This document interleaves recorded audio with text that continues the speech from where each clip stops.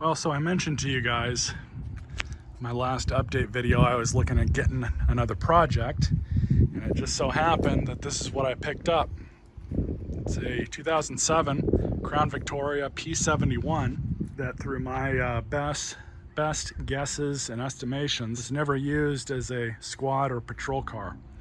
And we'll get to that in a minute, but there's 104,000 miles on it with only just over 1,000 idle hours.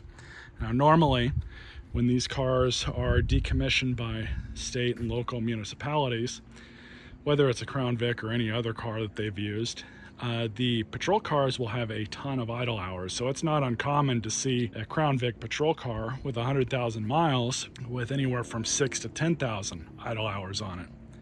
So this one's really low, which tells me that it spent its whole life as some sort of administration car, or what I suspect is the crime scene investigator car. Because I've already kind of looked through it a little bit, but there's a ton of nitrile gloves inside it, which I know regular beat cops will have those on them. Kind of doesn't really surprise me given what I already know about the idle hours with this. This car did not spend a whole lot of time idling, which is good. That's kind of what you want when you're looking for them. It is a little rough in some areas. Cosmetically is probably about the worst of it. Mechanically, best I can tell, it runs and drives fine. The AC works good. The heater works good. It's got cruise control, which I haven't tested that to see if it works. But we'll just take a quick walk around. All three of the tires, or all four of the tires I should say, are somewhat old. This one's the oldest. It's a 2016. The other three are 2018 based on the date codes. But it's got the typical American Big Three paint flaking. So I'm probably going to address that. Haven't decided yet if I'm going to have my buddy paint that for me. The same guy that did my red Focus I had when I restored that. If you want to check out those videos, he did a really good job on it. Charged me a pretty low amount of money. Gave me a good deal. But it's got this ding on it here. And then paint flaking up here on the hood. And then this is really common. Same with the lights. This one's got moisture intrusion. But this is really common. This chrome isn't real chrome. It's just a sticker and overlay that they put over it. But as I said, the worst of it cosmetically is the roof. It's got a lot of surface rust on it, which I'm kind of on the fence about if I want to sand all that down myself and prep and prime it and just paint it out here, or sand it down, kind of put some spray paint over it so it doesn't rust anymore. I don't think it will anyways, but just to be safe, and then just have my buddy paint it for me. Probably just have him color match it. But I bought this thing from a government auction for $2,100. First car I've ever bought off a government auction. I had it shipped here, was delivered this morning. I won the auction on Wednesday. Today's Thursday. And the shipping company that I went with got it here quick. And it was relatively inexpensive. It was only an hour away. But I knew going into this thing cosmetically everything that was wrong with it. I knew that the carpet was going to need to be replaced. A new carpet kit for these cars runs about $200, $200 to $300 after shipping. So I'm probably just going to replace the carpet. The seats, a little bit of wear here, but no rips. But what I'm going to do with the seats is pull the seats completely out of the car, disassemble them, pull the seat covers, the factory OEM seat covers, pull these off of the seat frames, throw those in with my laundry washer, and clean them up that way. I'm not even going to try and argue with them, trying to get my little spot bot out here and doing it that way. No, they're going into the clothes washer. Full power everything. And then this thing, did a little bit of reading. This is supposed to be an airbag light, and people apparently push them in and they get knocked back. This one is in there pretty loose actually. So I'm gonna have to figure out a way to make this thing stay.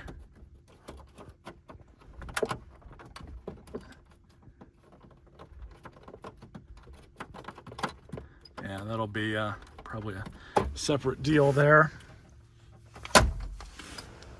CD player, which for back then, that was an option for these, I'm pretty sure. Rear window defroster. It had the center console here, but the municipality took it out. And unfortunately, as is very common when state and local governments decommission cop cars or anything else with radios in it, they just cut it out.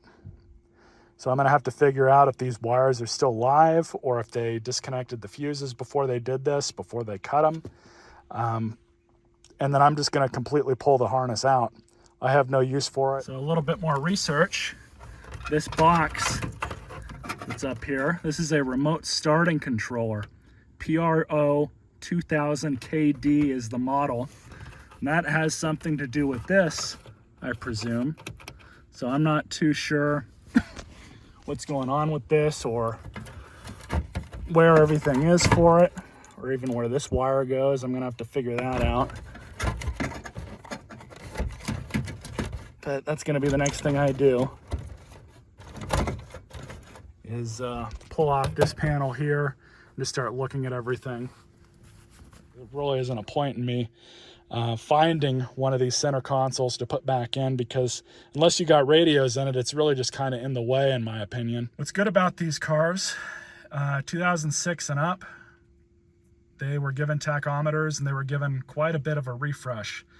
And I say that because Ford never really updated these. I think it was from 97 to 98 was probably the biggest difference that they had ever made with them as far as changes go. But even then, it was still the same frame as far as I'm aware.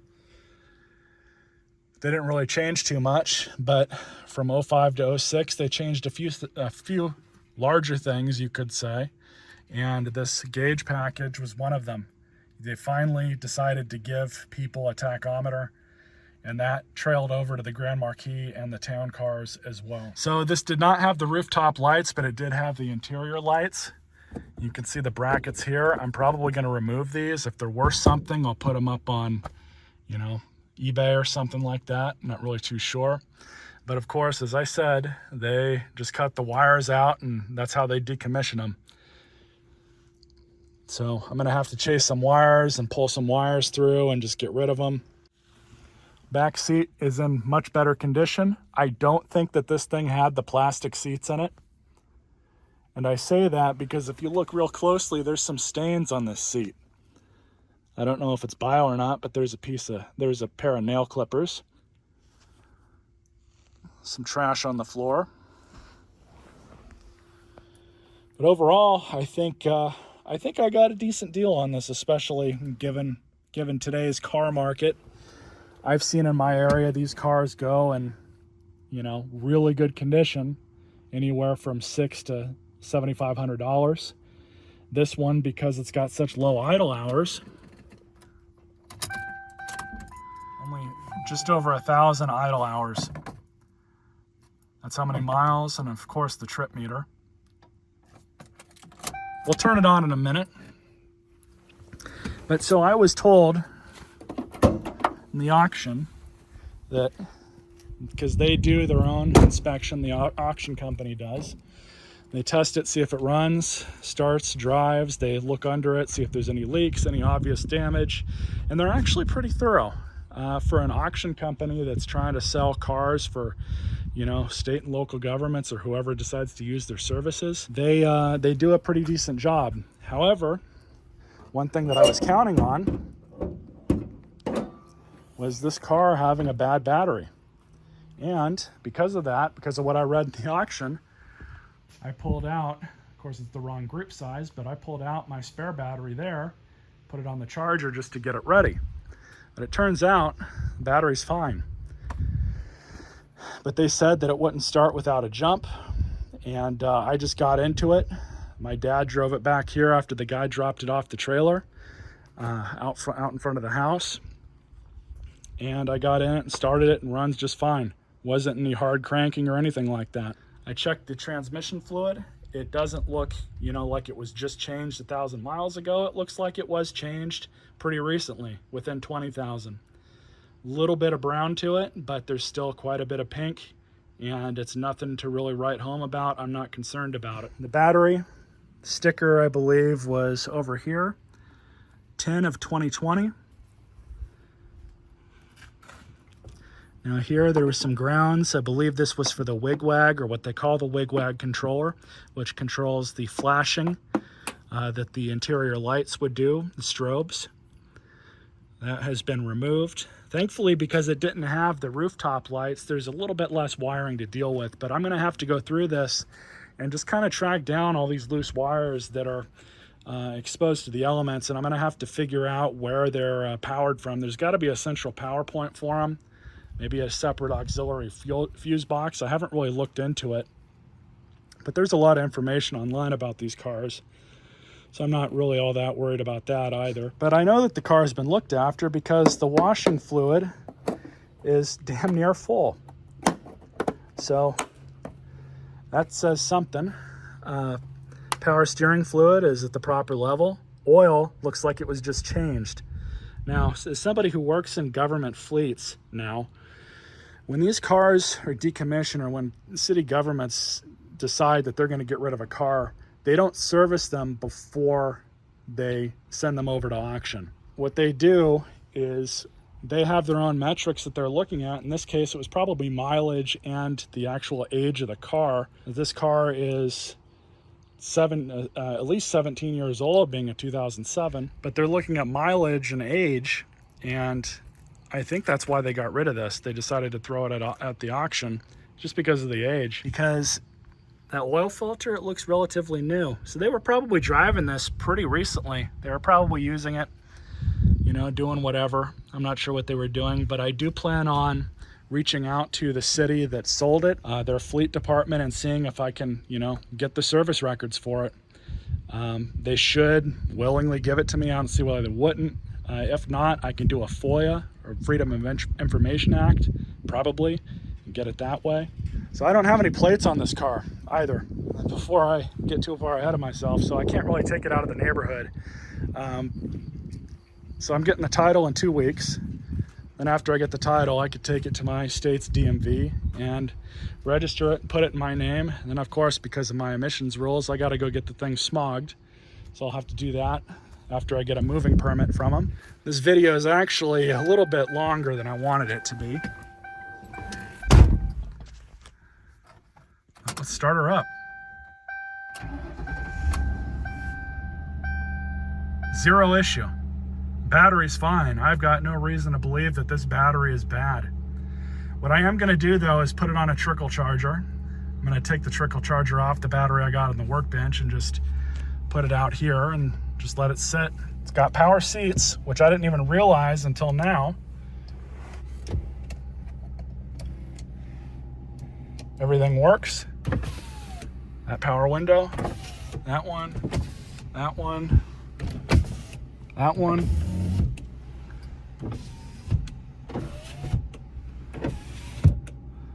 That's all good. See this? That works, but we need a new cover for it. Should be able to find one of those on eBay or something. Well, let's turn the lights on. The hazards. And just for the hell of it, I'll turn the AC on because we're going to drive it.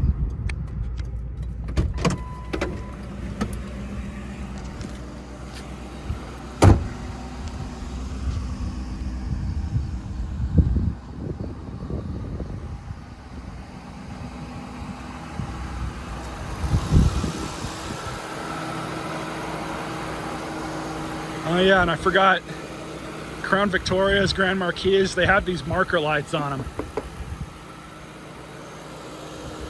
But engine sounds really good, and that belt looks new.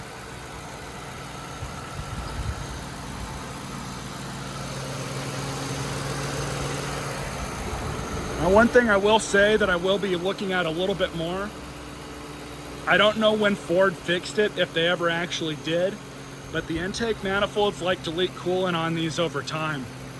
So I looked in this valley here, I didn't see any evidence of any coolant, nothing like that. So We're gonna have to basically keep an eye out on that. Yeah, it's an electric fan. It's on, it's working. I almost forgot to mention was the trunk. Let's go ahead and open it up.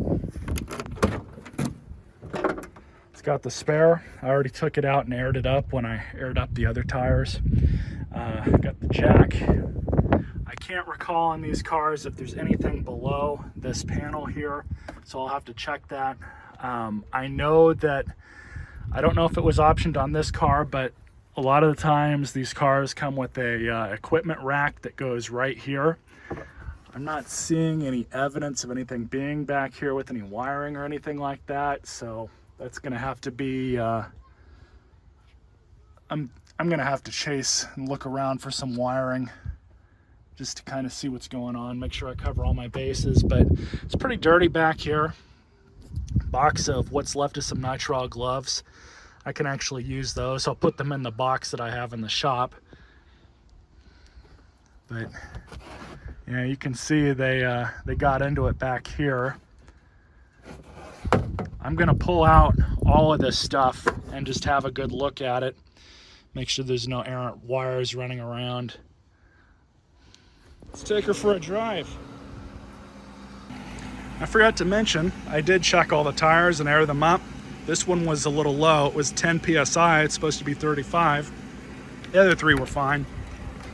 So hopefully we don't have it leak, but I think we'll be okay for the moment. Turn that off, turn that off.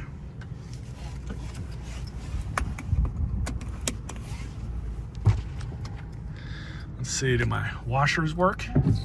Ooh, that's good. One less thing to deal with. And the wipers are even in good shape too. Not bad.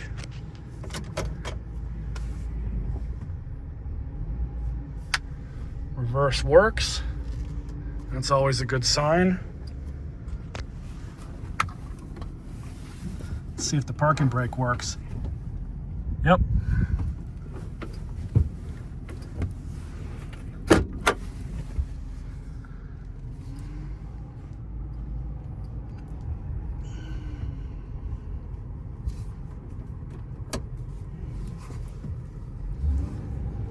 A little bit of wheel spin there. Let's get out to a road.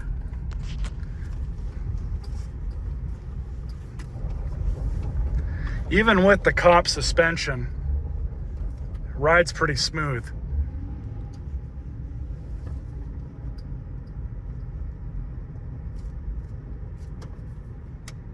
Overdrive button.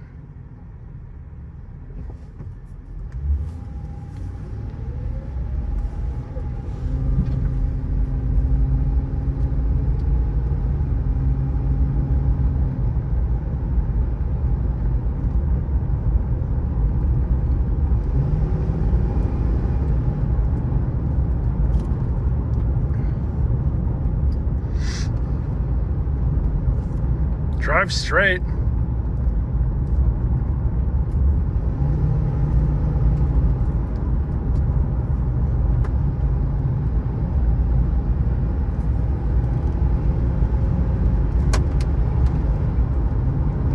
Transmission seems to shift okay, no issues there.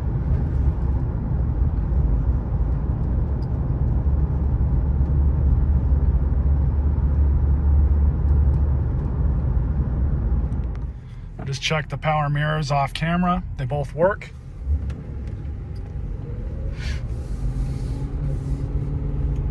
Engine's staying halfway for the heat, coolant temperature.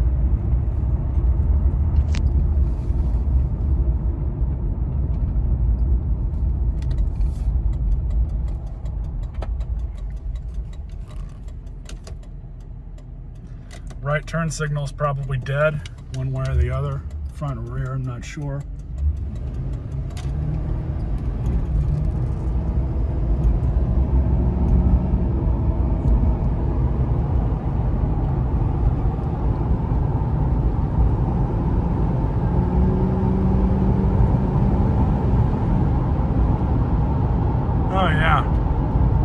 drive's good.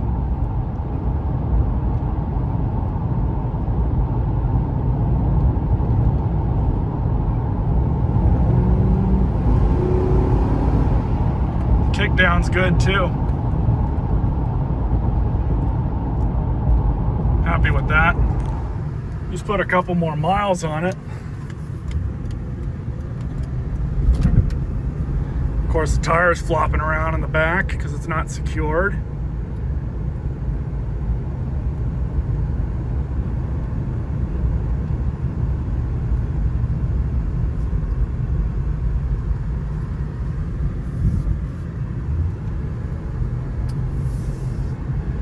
Engine's holding temperature just fine.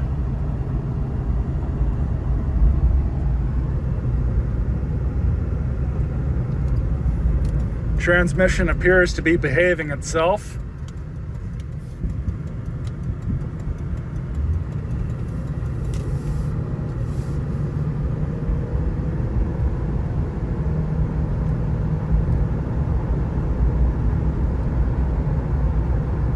Yeah, I think mechanically this was a good buy.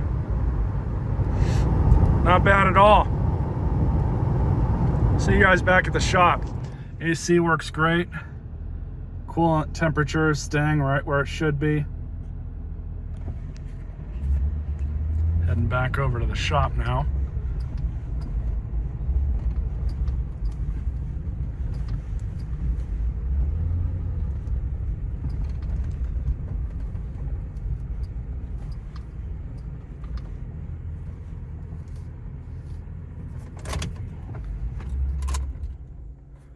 So yeah, I would say that it was a good buy. I'm happy with it.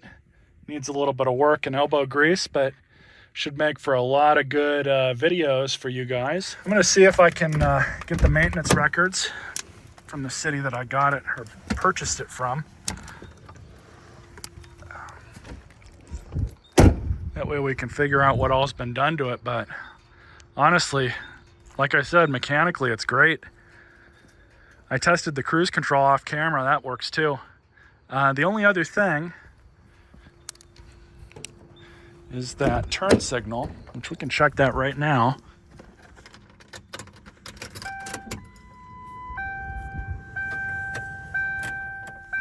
Which is weird.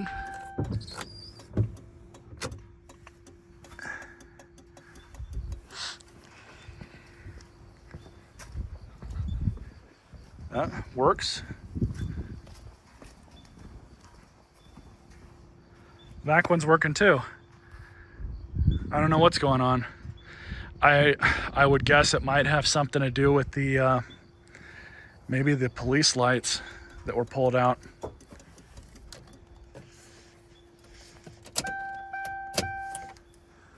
I mean, that's probably the best guess I've got. That's another thing I could search around on the forums for. But one other issue, you can't really see out the rear window all that well. So I'm gonna have to get that removed and retinted. It's gonna be a fun car, I can already tell you guys that much. Anyways, stay tuned for more videos on it.